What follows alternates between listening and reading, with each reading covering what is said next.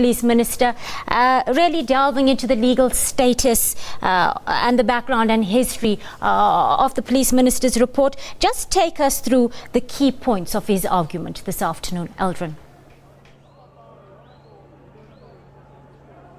Well, basically, if you heard earlier on, the Chief Justice asking Advocate Mokari what exactly is he here to do, and he did say that I'm here just to explain why or how the police minister got involved in this Nkandla saga, saying that there was an instruction from the president that he should investigate how much is to pay or if there's anything to pay. And that's exactly what he did. Well, what the Chief Justice as well as the Deputy Justice seem to have been grappling with is whether this instruction from the President or even the Minister accepting this instruction was that he was acting unlawful, whether he knew that he was acting unlawful, considering that Advocate Mokari conceded that you cannot second guess the Public Protector's findings. The Public Protector's findings can only be taken under review, and it cannot be taken under review by a member of Parliament, whether it cannot be taken under review by a member of Parliament or a cabinet minister. Aldrin, we also heard in the last hour Advocate Lindine Nkosi-Thomas appearing for the National Assembly, and we heard Justice Cameron raising the very pertinent question of whether there was indeed a failure of parliamentary oversight of the executive when it came to overseeing the president. And remember that that's an argument that's been set out by the EFF in their heads of arguments, that Parliament failed to hold the cabinet accountable, they failed to hold the president accountable as well. And the role that's being asked right from Advocate Lindy is what exactly is the role of the National Assembly, considering that the Public Protector had made her findings and then instructed the President to report back to Parliament in terms of his findings, or how he will implement those remedial actions, the remedial action instituted by the Public Protector. Well, Advocate Lindy was arguing that at that point, the only judicial paper that they had in front of them that they could use at the disposal was that High Court ruling in the Hlaudi Mutwening matter, the SABC matter, which spoke about the powers of the Public Protector, indicating that the Public Protector's findings or the powers are not binding. So that was on that basis that they considered that they were playing their role right up until the end, and whether or not they failed to hold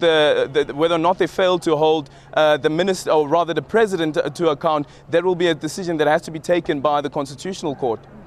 Well, just after lunch, we had senior counsel for the president, that's Jeremy Gauntlet himself, appearing and making his submissions.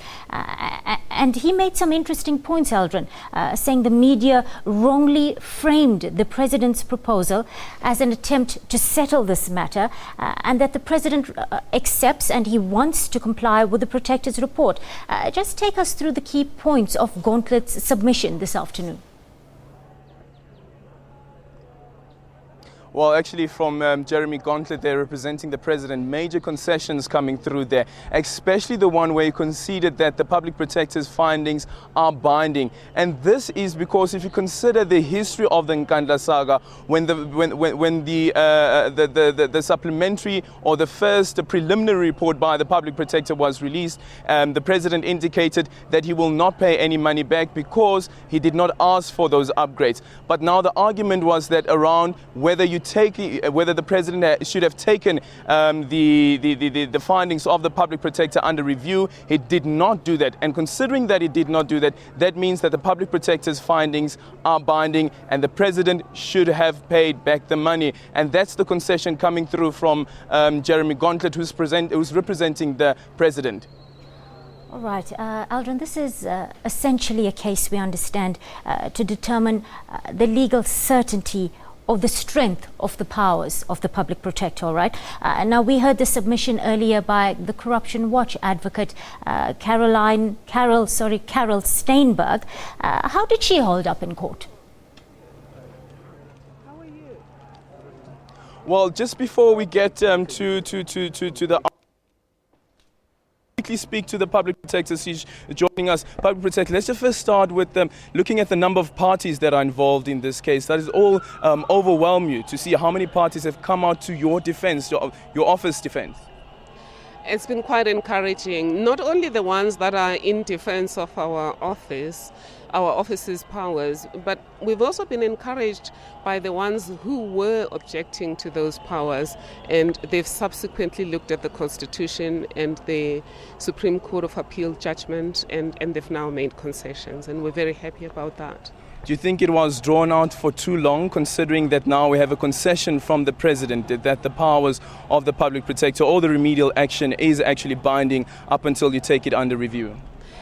Well, it was drawn out. It was said that it was drawn out, but as people keep arguing, they thought that they were right, and now that they are persuaded that they were wrong, it's a good thing that they have come to terms with the decision I made.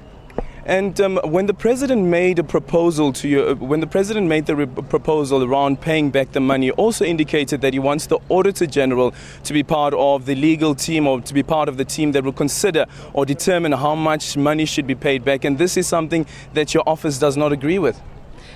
Well, my